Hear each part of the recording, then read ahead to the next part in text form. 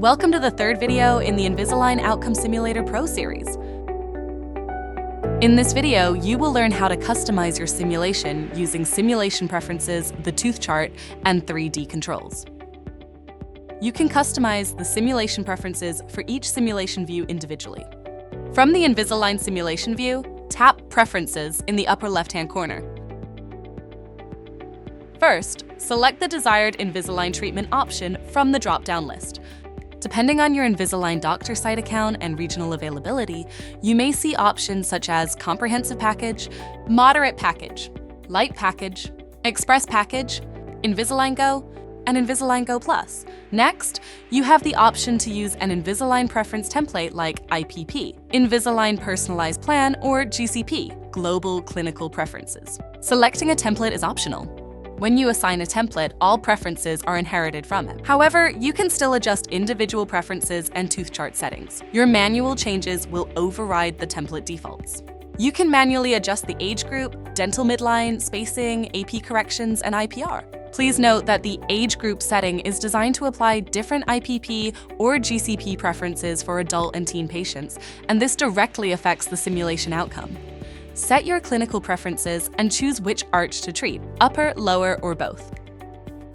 In the Invisalign simulation tooth chart, you can mark each tooth to define its treatment plan. Once marked, the colors update automatically. Regular teeth appear in white. Teeth marked as Do Not Move turn gray. Those marked for extraction appear in red with an X, and missing teeth show as dotted outlines. Once you have finished adjusting your preferences, you have several options. Tap Recalculate to apply the changes to the current simulation. This may take up to 3 minutes. These changes apply only to this simulation. Tap Save Preferences as my simulation defaults to apply your current preferences, such as IPP, to this simulation and automatically use them for all future simulations. Tap Load My Simulation Defaults to restore your previous default settings. Now let's review the Invisalign Smile Architect simulation preferences. Tap any tooth and choose one of these options. When you mark a tooth as Restore, it appears in blue. And if you select Restore and Do Not Move, it's shown with a blue outline and gray fill. By default, the system auto-restores the upper 6 teeth, but you can modify this and recalculate as needed.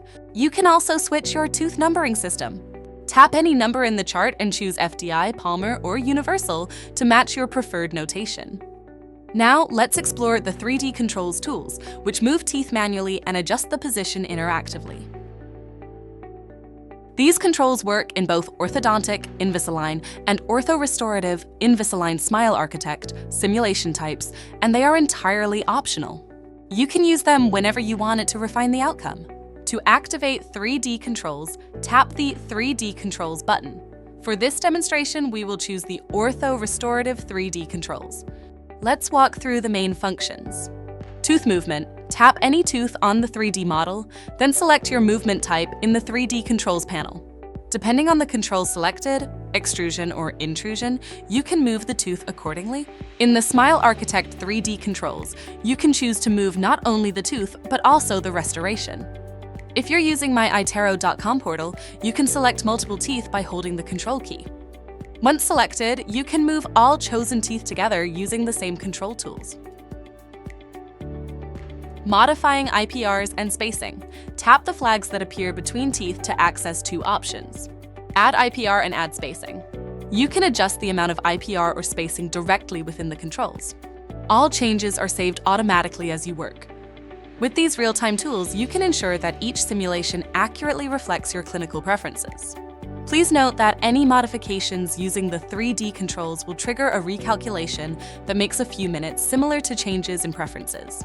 In this video, we reviewed how to customize the simulation using the simulation preferences, tooth chart, and 3D controls. In the next video, we'll explore how to manage patient photos and share your simulations with ease.